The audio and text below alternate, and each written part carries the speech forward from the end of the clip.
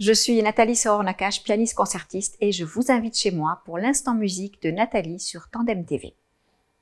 Pour ces instants musique de Nathalie, j'ai imaginé un parcours à travers différentes compositions selon un credo qui m'est cher. Imaginez qu'il n'y ait plus d'histoire de la musique avec sa chronologie laborieuse qui se déroule à travers les siècles, mais plutôt une géographie de la musique. Sur une map monde multicolore, imaginez différents continents, le continent Bach, Mozart, Beethoven, le continent Debussy ou même Stravinsky. Et donc, si la musique constitue une géographie, cela signifie que nous sommes devenus des voyageurs. Sur le globe de la musique, il n'y a que des univers infinis. Aujourd'hui, je vous propose de découvrir celui de Ludwig van Beethoven.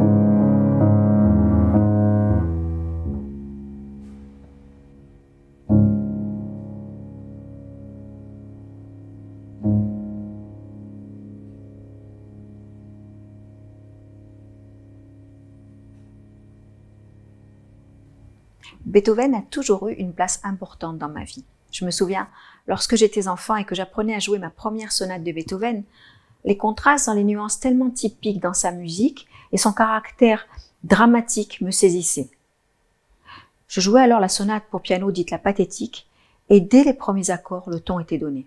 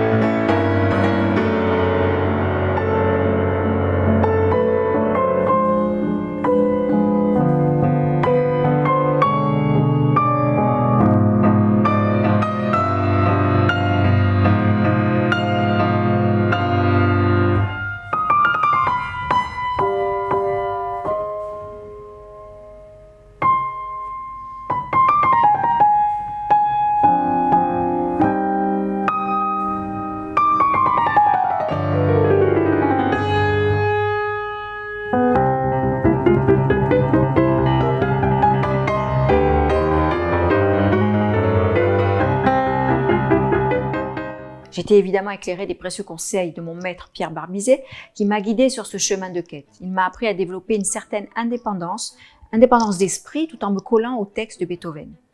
Le principe était simple, et il me répétait toujours cette phrase. « Nathalie, tout est écrit, tu ne rajoutes rien et tu n'enlèves rien.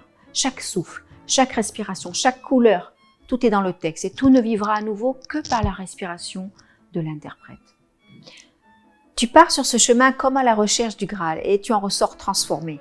C'est bien ça le génie beethovénien, une musique qui porte son propre message à l'humanité. Un message d'espoir en l'homme, une incessante quête spirituelle où l'homme tournerait son visage tour à tour vers le ciel puis vers la terre. Par le caractère dramatique de ses œuvres, Beethoven suggère que peut-être la musique ne serait pas seulement créée pour le plaisir, la délectation de quelques esprits raffinés ou cultivés, mais deviendrait le moyen de dévoiler les replis secrets du cœur humain, ses drames intimes. Le compositeur donne alors libre cours aux sentiments dans sa composition. C'est le début d'un nouveau genre musical, le romantisme.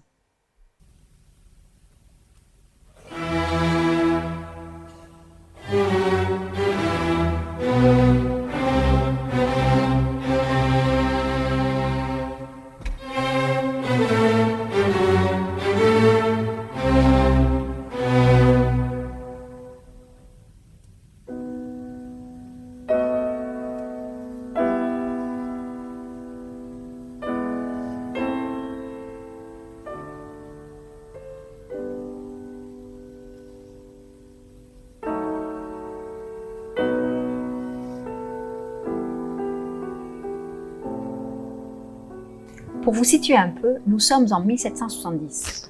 Beethoven naît à Bonn, en Allemagne, un 17 décembre, ou peut-être la veille ou le lendemain, on n'en est pas tout à fait sûr. Dès l'âge de 5 ans, Ludwig reçoit des cours de violon et de piano par son père, dans l'optique d'une opération singe savant, à l'instar du célèbre prodige Wolfgang Amadeus Mozart. Mais alors que le père de Mozart était attentif et respectueux, celui de Beethoven se montre brutal et alcoolique. Très tôt, l'enfant manifeste une personnalité rebelle et brave l'autorité paternelle. À 17 ans, Beethoven se fait auditionner par le maître Mozart. La rencontre des deux génies n'est pas marquante, mais Mozart ne reste pas insensible au talent de Beethoven et il dira « N'oubliez pas ce nom, vous en entendrez parler. » À 22 ans, Beethoven étudie la composition auprès du maître Joseph Haydn, le même qui initia Mozart quelques années plus tôt. Mais le courant passe mal entre le vieux maître et le jeune compositeur. Bien vite, Beethoven, révolutionnaire indomptable et entêté, s'affranchit du mode classique et ouvre la voie au romantisme, c'est-à-dire à un art renouvelé où les sentiments de l'artiste vont pouvoir s'exprimer sans limite rigoureuse. Au même moment, la Révolution française éclate. Les idées libertaires révolutionnaires traversent les frontières. Le jeune Beethoven se laisse séduire par l'idéal de la Révolution. La liberté pour tous, l'égalité des droits des citoyens, le droit des peuples à disposer d'eux-mêmes. Napoléon, le premier consul français, et Beethoven, le compositeur allemand, ont vécu à la même époque, mais ils ne se sont jamais rencontrés. Pourtant, Napoléon a influencé l'œuvre de Beethoven. Beethoven décide de composer une œuvre grandiose, imposante, à l'écriture complexe, qui va être beaucoup plus longue que la moyenne. Une grande symphonie, la symphonie numéro 3, qu'il veut dédicacer à l'homme qu'il admire, Bonaparte. Avec des cuivres qui s'affrontent, des corps, une marche funèbre, il retranscrit la vie d'un héros et le son de la Révolution. Mais en 1804, alors qu'il termine son œuvre, ses espoirs sont brutalement renversés. Napoléon se fait sacrer empereur des Français. Bien loin des idéaux de la démocratie qui plaisent aux compositeurs, la légende veut qu'il raye avec rage le nom de Bonaparte du manuscrit, en trouant même le papier. La symphonie prend alors le nom de symphonie héroïque, avec en sous-titre « À la mémoire d'un grand homme ». Et la dédicace pour Bonaparte disparaît pour être remplacée par celle du prince Lobkowitz, un des mécènes de Beethoven. À 30 ans, Beethoven est le premier virtuose de Vienne. On est en 1800. Il éblouit son auditoire par sa virtuosité et ses improvisations inspirées, fougueuses et souvent déroutantes. Sa réputation commence à dépasser l'Autriche, mais il est alors victime du pire malheur qu'il soit pour un musicien. Il ressent les premiers symptômes de la surdité. Ses oreilles sifflent et bourdonnent perpétuellement. Il va utiliser une technique originale pour compenser sa surdité en plaçant des cornets sur ses oreilles, en vain. Il abandonne sa carrière de virtuose pour se lancer à corps perdu dans la composition. Fini la vie mondaine, une page est tournée. En 1805, Beethoven compose la fameuse symphonie numéro 5, dite Symphonie du destin. Cette symphonie, décrite comme l'une des œuvres les plus marquantes de l'époque, est devenue au fil du temps l'une des compositions les plus populaires de la musique classique, grâce à sa célèbre cellule rythmique, qui sera même adaptée en style disco-instrumental dans le célèbre film La fièvre du samedi soir.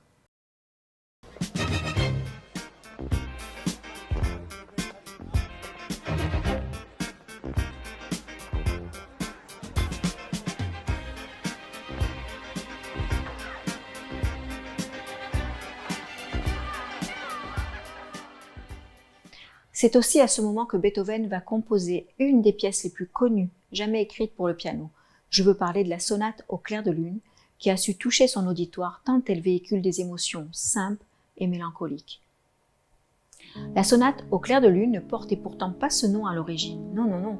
Il s'agit de manière plus ordinaire de l'opus 27 numéro 2 de Beethoven, sa 14e sonate. Et là, c'est sûr, ça a un peu moins d'allure. En fait, ce nom de sonate au clair de lune a été donné à la pièce 5 ans après la mort du compositeur par le poète Ludwig Rellstab, un ami du célèbre compositeur Franz Schubert. Ce nom est entré dans l'histoire, le nom de la sonate, pas le nom du poète.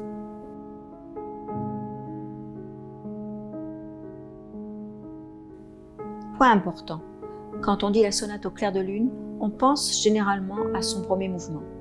Mais comme toutes les sonates de l'époque classique dont est issu Beethoven, il s'agit d'une œuvre en plusieurs mouvements, en l'occurrence 3 mouvements. D'ailleurs, bien loin d'évoquer le calme nocturne, tout porte à croire que cette pièce était plutôt à l'origine une sorte de marche funèbre, ce qui est raccord avec les rythmes pointés et l'extrême régularité de l'ensemble.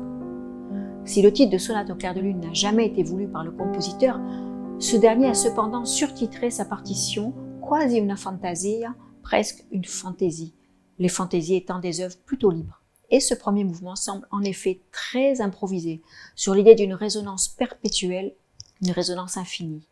Il repose en réalité sur une idée toute simple, une basse en octave,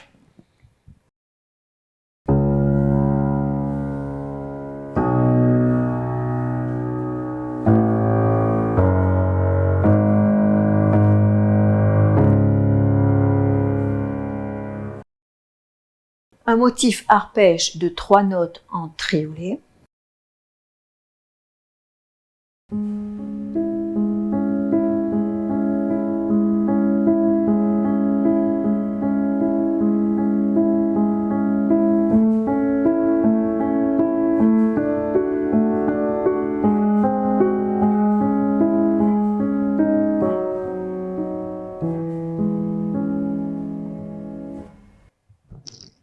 et au bout d'un moment, une mélodie extrêmement simple, comme un glas qui vient soutenir, accompagner les accords entriolés.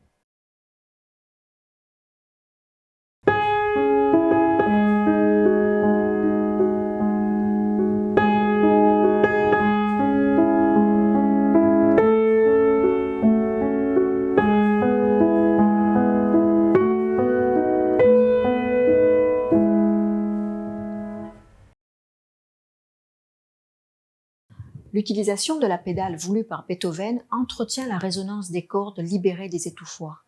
C'est ce qui donne le côté hypnotique de l'œuvre. On a la sensation de s'évader. Beethoven utilisera à 2 endroits une tension harmonique, une dissonance, pour exprimer peut-être une souffrance.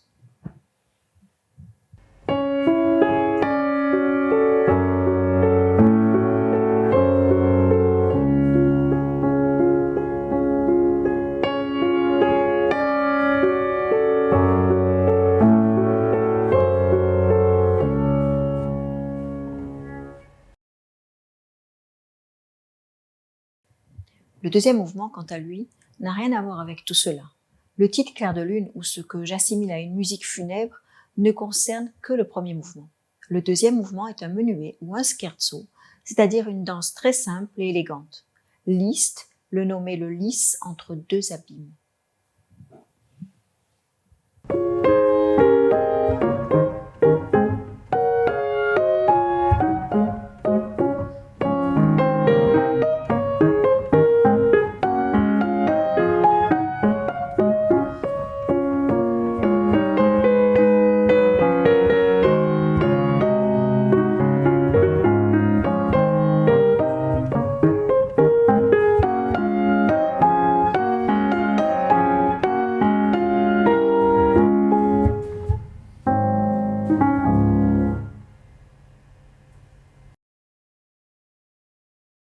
Dans le troisième et dernier mouvement, Beethoven utilise des doubles croches en arpège qui nous emportent dans une véritable tempête et qui s'achèvent dans une magistrale accélération avec un arpège à l'unisson aux 2 mains.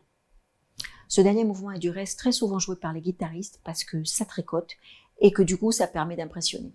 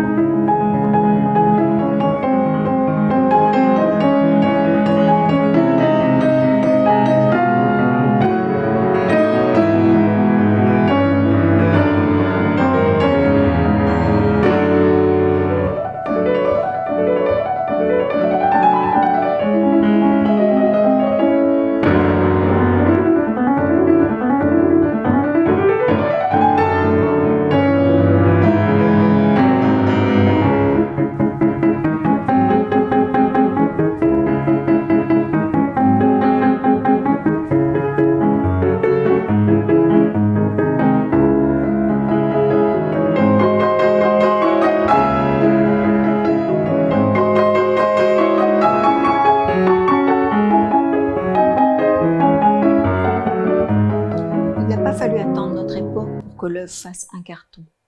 C'était déjà un tube du vivant de Beethoven. La composition de cette musique coïncide d'ailleurs, elle aussi, avec sa période de crise due à sa surdité grandissante. N'entendant plus que son génie, Beethoven fait des efforts désespérés pour cacher son mal. Il se met à composer avec une fièvre qu'il n'a jamais connue auparavant. Sa musique symphonique sera la principale source de sa popularité. Vous connaissez tous sa 9e symphonie avec son célèbre hymne à la joie.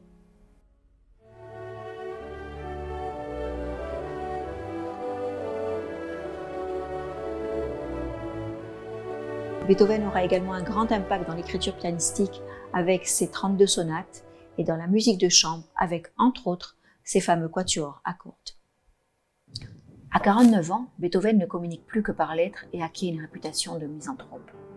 Par peur de devoir assumer en public sa terrible surdité, il s'isole et se montre souvent désagréable. Il envisage même le suicide. C'est d'ailleurs dans cette période qu'il écrit pour ses frères cette lettre poignante d'adieu qu'il n'enverra jamais et qui est connue sous le nom de Testament d'Heiligenstein. Sa lettre exprime à la fois son désespoir et sa foi en son art. Ceux qui pensent que je suis hostile, obstiné et misanthrope, combien ils sont injustes avec moi, car ils ignorent la raison secrète qui me fait paraître ainsi. Je ne peux me résoudre à dire aux gens, parlez plus fort, criez, je suis sourd. Comment puis-je vivre si mes ennemis qui sont nombreux pensent que je ne possède plus ce sens qui chez moi devrait être infiniment plus développé que chez les autres. Beethoven meurt à Vienne le 26 mars 1827 à 56 ans. Une partie de son œuvre navigue aujourd'hui dans l'espace à bord des sondes voyageurs et représente une des facettes de l'humanité pour d'éventuelles autres civilisations. Ce message a été enregistré sur un disque de cuivre recouvert d'or. Il contient 115 images, 35 sons, de nombreux messages en 55 langues et 27 morceaux de musique en provenance de la Terre. C'est ainsi qu'une partie de l'œuvre de Ludwig van Beethoven navigue dans l'espace. Les morceaux embarqués sont le premier mouvement de la 5e symphonie, le quatuor à cordes numéro 13, à noter que Voyage avec eux, les extraits d'une œuvre de Mozart et de 3 œuvres de la famille Bach. Pour finir, laissez-moi détruire une des plus grandes croyances populaires de la musique classique. Beethoven n'a pas écrit la lettre à Élise. Bon, alors, avant de vous défouler sur moi, écoutez ce que j'ai à dire. Je ne prétends pas que c'est la vérité, mais ce sont des théories récentes qui sont assez intéressantes. Pour commencer, j'ai moi-même fait des recherches sur toutes les femmes de la vie de Beethoven.